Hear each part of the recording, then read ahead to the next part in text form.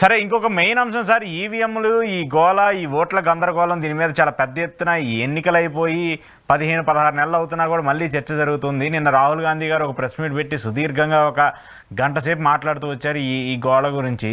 ఏపీకి సంబంధించి అంటే నాట్ ఓన్లీ ఒక స్టేట్ కాదు, దేశంలో ఉన్నటువంటి అన్ని ప్రాంతాల్లో కూడా ఇలా దొంగ ఓట్లు ఏర్పాటు చేసి ఎన్డీఏ కూటమి గెలుస్తూ వచ్చిందని చెప్పేసి ఆయన మాట్లాడుతూ వచ్చారు. ఏం చెప్తారు దీనికి సంబంధించి?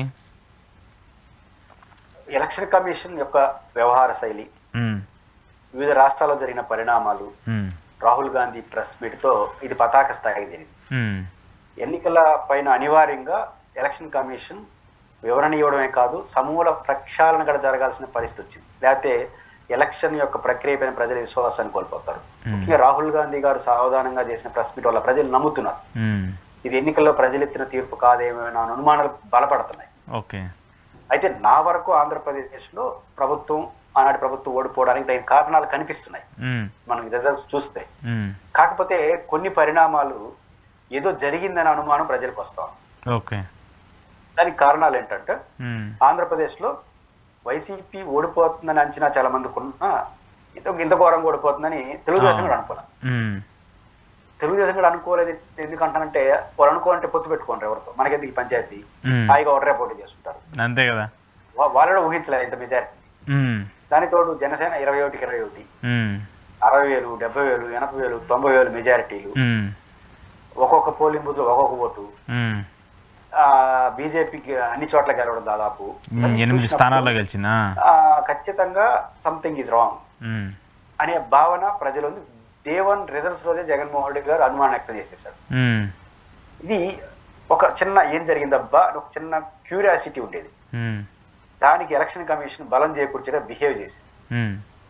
వస్తున్న ప్రతి ఆరోపణ ఎప్పటికప్పుడు సమాధానం చెప్తే ఇది క్యూరియాసిటీగానే ఉండేది. ఎప్పుడైతే ఎలక్షన్ కమిషన్ నిర్లప్తంగా వ్యవహరించిందో పైపెచ్చు ఎరేజ్ చేసి పడేసింది సమాచారాన్ని. 40 రోజులు ఉండాల్సినటువంటి సమాచారాన్ని 90 రోజులు ఉండాలి డేటా, తర్వాత తీసేశారు. ఫామ్ 20 ఇన్ టైమ్ లో ఫిలప్ చేయలేదు. అంటే ఏదో జరిగింది కదా అనే భావన ఎక్కువైంది. 12.5% ఓట్లు పెరిగాయని ఆరోపణ వస్తా ఉంటే ఆన్సర్ చేయలేదు. పెరిగేయలేదు వేరే సంగతి, ఆన్సర్ చేయలేదు. అందువల్ల నిజమేమో అనే అనుమానం పెరిగింది.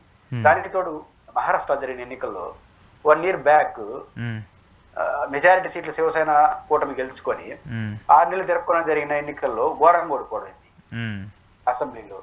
తర్వాత హర్యానాలో రైతుల సమస్య అంత పెద్ద ఎత్తున జరుగుతా అంటే అందరూ ఓడిపోతుందన్న బీజేపీ గెలవడం ఏంటి, అందరూ గెలచాలని కాంగ్రెస్ ఓడిపోవడం ఏంటి. మహారాష్ట్రలో ఓడిపోయిన సందర్భంగా ఒక ఇంట్లో 600 ఉండేది, 900 ఓట్లు వేయడం ఏంటి, కుక్క ఓటు ఉండేది ఏంటి, ఆ కుక్క ఓటు వేయడం ఏంటి. కుక్క ఓటు ఉండడం కాదు, ఆ ఓటు కూడా పడిపోయింది. అంటే కుక్కను గమనించలేదా? మా ఫోటోలో కుక్క ఫోటోనే ఉంటుంది, దాని పేరు కూడా డాగ్గానే రాశారు, ఓటు కూడా నమోదైంది, ఓటు కూడా వేసేసారు పోల్. అంటే ఒక రూమ్ లో 600 ఓట్లు ఏంటి, అవన్నీ పోల్ కావడం ఏంటి. ఇవన్నీ చూసినప్పుడు నేచురల్ గా అనుమానం బలపడింది. ఈ అనుమానం బలపడడానికి ఇంకొక రీజన్ ఇంతకుముందు ప్రస్తావన అంటే, ఇట్లా అనుమానంతో కట్ చేయాలి ఎలక్షన్ కమిషన్. కట్ చేయకపోగా వాళ్ళ బిహేవియర్ పెంచేట్టుగా చేశారు. ఇది ఒక ముఖ్యమైన అంశం. దానికి తోడు ఈ దేశంలో గౌరవప్రదమైనటువంటి మంచి అభిప్రాయం, రాహుల్ గాంధీతో విభేదించే వాళ్ళు ఉండొచ్చేమో కానీ రాహుల్ గాంధీ గారి క్యారెక్టర్, రాహుల్ గాంధీ గారి వ్యవహార శైలితో ఆయన హుందాగా ఉన్న మనిషిగా చూస్తారు. ఆయన ఎప్పుడైతే సావధానంగా ప్రెస్ మీట్ పెట్టాడో, జగన్మోహన్ రెడ్డి గారు ఆంధ్రప్రదేశ్ లో చేసిన ప్రచారం, వాళ్ళు చేసిన ఫైట్, ప్రజలకున్న అనుమానం, క్యూరియాసిటీ అన్ని కలిపి ఏదో జరగరాంది జరిగిపోయింది అని ప్రజలు నమ్ముతున్నారు. కాబట్టి election commission behaviour, Rahul Gandhi గారి press meet, Maharashtra, Haryana elections, Andhra Pradesh లో జరిగిన పరిణామాలు చూసినప్పుడు ఏదో సంథింగ్ ఈజ్ రాంగ్ అనే ఇప్పటికైనా ఎలక్షన్ కమిషన్ ప్రతి అనుమానానికి సమాధానం చెప్పడం, హేతుబద్ధమైన నిర్ణయం తీసుకోకపోతే ప్రతి గెలుపును ప్రజలు అనుమానిస్తారు. ముఖ్యంగా బీజేపీతో పొత్తు పెట్టుకున్న పార్టీలు ఎందుకు గెలిచినా అందుకే గెలిచినాయి అనుకుంటారు. ఇప్పుడు అదే పాయింట్ వస్తుంది. అన్ని నాట్ ఓన్లీ ఆంధ్రప్రదేశ్ కాదు, నిన్న రాహుల్ గాంధీ గారు చెప్పింది ఏంటంటే, కాశ్మీర్ నుంచి కన్యాకుమారి వరకు గమనిస్తే ఆ స్టేట్స్లో కావచ్చు, ఎక్కడున్నా కూడా బీజేపీ ఎన్డీఏ అలయన్స్లో ఉన్నటువంటి ప్రతి పార్టీ గెలుచుకుంటూ వచ్చిందంట. ఎంపీలు కావచ్చు, ఎమ్మెల్యేలు కావచ్చు, వాళ్ళ అలయన్స్లో ఉన్నటువంటి ప్రతి పార్టీలకి ఓట్లు పెరుగుతూ వచ్చాయి, సీట్లు పెరుగుతూ వచ్చాయి. మేము అధికారంలోకి వచ్చారో లేదో తెలియదు కానీ చాలా పార్టీలు వాళ్ళకి అదిగా ఆ విధంగా గెలుపు జక్కుతూ వచ్చిందని చెప్పేసి ఆయన మాట్లాడుతూ వచ్చారు. మీకు ఒడిస్సాలో అయితే మనం మర్చిపోయాం, అసలు జీరో రావడం ఏంటి. నవీన్ పట్నాయక్ లాంటి అందరూ ఆదరణ పొందిన వ్యక్తి. అవును, ఇవన్నీ చూసినప్పుడు కొన్ని ఫలితాలు ప్రజలు సైతం నిజంగా జరుగుండదు. నేను ఆంధ్రప్రదేశ్ లో వైసీపీ ఓడిపోవడానికి కారణం, మనకి ఓడిపోవడానికి ఎవరు కారణం చాలా మంది మాట్లాడుతూ వచ్చారు కదా. 90,000 90,000 ఏంది, 60,000 ఏంది, అసలు పెద్దిరెడ్డి వెంకటరమణారెడ్డికి అయితే 1 ఓటు రావడం ఏంది, ఏజెంట్ 4 ఉంటారు, కనీసం వాళ్ళు కూడా ఓటు వేయకుండా ఉంటారా? ఇట్లాంటి అనుమానాలు బలపడే క్రమంలో ఎలక్షన్ కమిషన్ అన్నిటికీ ఆన్సర్ చేస్తూ వచ్చి ఉండాలి. దేనికి ఆన్సర్ చేయకుండా మీ ఇష్టం జావు అంటే ప్రజలు నమ్మేస్తున్నారు. ఒకసారి ప్రజలకు అనుమానం వచ్చేస్తే మళ్ళీ ఎప్పటికీ మారరు, నిజాలు ఇంక చూడరు. కాబట్టి ఇప్పుడు మనం అనేక సందర్భాల్లో ఈవీఎంలు ట్యాంపరింగ్ జరిగే అవకాశం లేదని మాట్లాడితే మన వీడియోల కింద కామెంట్లు రివర్స్ లో వస్తున్నాయి. అంటే ఎలా చెప్తారు మీరు? ఒకసారి నమ్మేసిన తర్వాత ఫలితాలు ఇట్లే ఉంటాయి. కాబట్టి అంటే ఇవన్నీ కనపడట్లేదా మీకు అంటారు.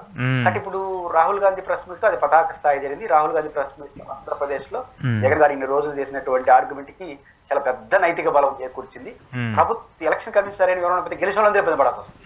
మేము అందుకే గెలిచామా ఇంక వాళ్ళ వివరణ ఇస్తే కుదరదు, నువ్వు కాదు వివరణ ఇచ్చేసి. ఇప్పుడు తెలుగుదేశం పార్టీ మేము ప్రజల్లో గెలిచాం అనుకోండి, నువ్వేం చెప్తావు ఎలక్షన్ కమిషన్ తరఫున, నీకేం ఎలక్షన్ కమిషన్ సంబంధం అంటారు. అంతే కదా, ఎలక్షన్ కమిషన్ సమాధానం చెప్పుకోవాలి వీటన్నిటికీ, తెలుగుదేశం కాదు కదా. కానీ తెలుగుదేశం సమాధానం చెప్పలేదు, చెప్పకపోతే మౌనం ఉంటే మౌనం అంటారు, అన్నిటికీ ఇబ్బంది. కాబట్టి గెలిచిన వాళ్ళందరూ మేము అందుకు గెలిచినామని వాళ్ళు అనుకొని వీళ్ళనుకుంటే అది ప్రజాస్వామ్యానికి మంచిది కాదు. బహుశా ఇట్లాంటి పరిణామాలు వస్తే చివరికి అది బ్యాలెట్ బాటర్ వరకు పోతుందా అనేది కూడా ఒక చర్చనీయాంశంగా మారే అవకాశాలు అయితే కనిపిస్తుంది. ఓకే ఓకే కంక్లూడ్ చేస్తూ చివరిగా ఒక పాయింట్ సార్, ఈ వైసీపీకి సంబంధించి లిక్కర్ వ్యవహారానికి సంబంధించి ఒక చర్చ జరుగుతుంది. అయితే ఈ లిక్కర్ సంబంధించిన వ్యవహారం ఒక పక్కన నడుస్తూనే విజయసాయిరెడ్డి గారిని మళ్ళీ వైసీపీలోకి తీసుకొస్తున్నారు. లేదంటే విజయసాయిరెడ్డి గారు ఒక రాయబారం పంపించారు, ఒక మధ్యస్థి ద్వారా జగన్మోహన్ రెడ్డి పంపించారు. జగన్మోహన్ రెడ్డిని దాన్ని పట్టించుకోలేదు, సాయిరెడ్డి వస్తానన్నా కూడా ఆయన పార్టీకి ఆహ్వానించట్లేదని ఇలాంటి ఒక చర్చ జరుగుతుంది. ఎందుకు జరుగుతుంది అంటే ఆయనే మొన్నటిదాకా లిక్కర్ కేసు సంబంధించి లీకులు ఇస్తూ వచ్చారు, అసలు ఇప్పుడు దాని మీద సైలెంట్గా అయిపోయారు. ఎందుకంటే మళ్ళీ సాయిరెడ్డి వైసీపీలోకి వచ్చేస్తున్నారంటే ఒక చర్చ జరుగుతుంది. సో ఇట్లా ఒకదాని నుంచి ఇంకో దానికి లింక్ పెట్టేసేసి మాట్లాడుతున్నారు. ఆ లింకులన్నీ సోషల్ మీడియాలో కావచ్చు, కొన్ని మీడియా ఛానల్స్లో చాలా పెద్ద ఎత్తున మాట్లాడుతూ వస్తున్నారు. ఏం చెప్తారు ఈ రెండింటికి సంబంధించి? విజయసాయిరెడ్డి గారు మళ్ళీ వైసీపీ వైపు వెళ్ళి ఆలోచిస్తున్నారు, జగన్మోహన్ రెడ్డికి గ్రీన్ సిగ్నల్ ఇవ్వడమే ఆలస్యము అనే చర్చ నడుస్తా ఉంది మీడియాలో. వైసీపీ స్పందించట్లేదు, విజయసాయిరెడ్డి గారు ఏం దాని మీద స్పందించట్లేదు. కాబట్టి వాళ్ళిద్దరు స్పందించుకో మనకు అర్థం కాదు. ప్రజలకి ఇట్లాంటి అనుమానాలు, ఒక ప్రచారం ఎందుకు జరుగుతుందంటే నిప్పు లేకుండా పోగొస్తుందనే చర్చగా నడుస్తుంటుంది.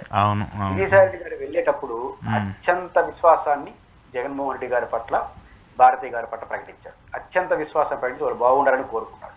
ఈరోజు కూడా అదే మాట్లాడుతున్నాడు. ఆయన ఫైటింగ్ మొత్తం ఆయన చుట్టూ ఉన్న కోటర మీదనే తప్ప జగన్ గారిని, భారతి గారిని ఏ రోజు ఒక మాట పంపించి వాళ్ళు పేర్లు చెప్పి వాళ్ళు చాలా గొప్ప వాళ్ళు థ్యాంక్స్ చెప్పిపోయాడు. ఆయన పార్టీ నుంచి వెళ్ళిపోయేటప్పుడు మీరు ఒకనొక పునాది పురుషుడు మా పార్టీకి, మీరు వెళ్ళిపోవడం బాధాకరమే, మీ భవిష్యత్తు ప్రయాణం కూడా బాగుండాలని వైసీపీలో ఆశించి మరీ పంపించినారు. ఇప్పుడు కూడా విజయసాయిరెడ్డిని ఆరోపిస్తే ఇక పార్టీ నుంచి వెళ్ళిపోయిన ఆయన అంతకు మించి ఏం మాట్లాడతారని అనేస్తున్నారు, ఎదురుదాడి చేయట్లేదు. విజయసాయిరెడ్డి గారు కూడా కసిరెడ్డి లేకపోతే కోటరే చుట్టూ తప్ప ఇంకోరి మీద విమర్శలు చేయట్లేదు. ఇట్లాంటి వార్తలు వచ్చినప్పుడు ఆయన ఖండించట్లేదు. ఈ కారణాల రీత్యా మళ్ళీ వస్తాడేమో అని అంచనాకి ప్రజలు వస్తున్నారు. ఏం జరుగుతున్నది వాళ్ళు ఇదే చెప్పాలి. జగన్మోహన్ రెడ్డి గారు అలౌ చేయట్లేదని ఇంకా నిర్ణయం తీసుకునే చర్చ నడుస్తుంది. జనరల్ గా జగన్మోహన్ రెడ్డి గారు వెళ్ళిపోయిన వాళ్ళ పట్ల సానుభూతి చూపడు. జనరల్ గా వాళ్ళై వస్తే మళ్ళీ పరిశీలిస్తాడని తెలియదు కానీ ఆయన పెద్ద పట్టించుకోడు. ఆయనే ఫోర్స్ తీసుకొని రప్పించే ప్రయత్నం చేయరంటారు. వాళ్ళు అసంతృప్తి వ్యక్తం చేస్తే ఇంట్లో మాట్లాడితే అన్ని ఒప్పుకుంటాడు, మాట్లాడతాడు, ఆయన చేసింది చేస్తాడు. ఒక్కసారి గీత దాటేస్తే మళ్ళీ పట్టించుకోడు. గీత దాటాలు నిర్ణయించుకున్న సజ్జరగాడు జరపడు. అది మంచిదని నేను అన్నా, అట్లాంటి ఆయన అభిప్రాయం ఉంది ఆయన పైన. కాబట్టి విజయసాయిరెడ్డి గారి పైన ఒక కామెంట్ కూడా చేసాడు ఆయన ఎన్నికల్లో ఒక ప్రెస్ మీట్ లో. కాబట్టి విజయసాయిరెడ్డి గారు హంబుల్గా వచ్చి జగన్మోహన్ రెడ్డి గారు ఏదైనా పునరాలోచన చేస్తే తప్ప ఈ జరుగుతుందని నేను అనుకోను. జగన్మోహన్ రెడ్డి గారు ఇప్పుడు అది ఈ దశలో అది జరిగే పరిస్థితి కనపడట్లేదు.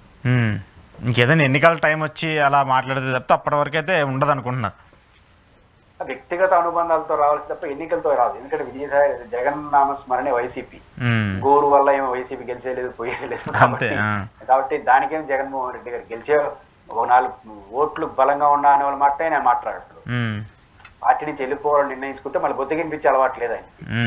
అలాంటి వీళ్ళు గ్రూప్ ఆఫ్ పీపుల్ గా ఉంటారు, ఇన్ఫ్లుయెన్స్డ్ గా ఉంటారు తప్ప ప్రజల్లో పాపులర్ లీడర్ అయితే కాదు కదా. అవును.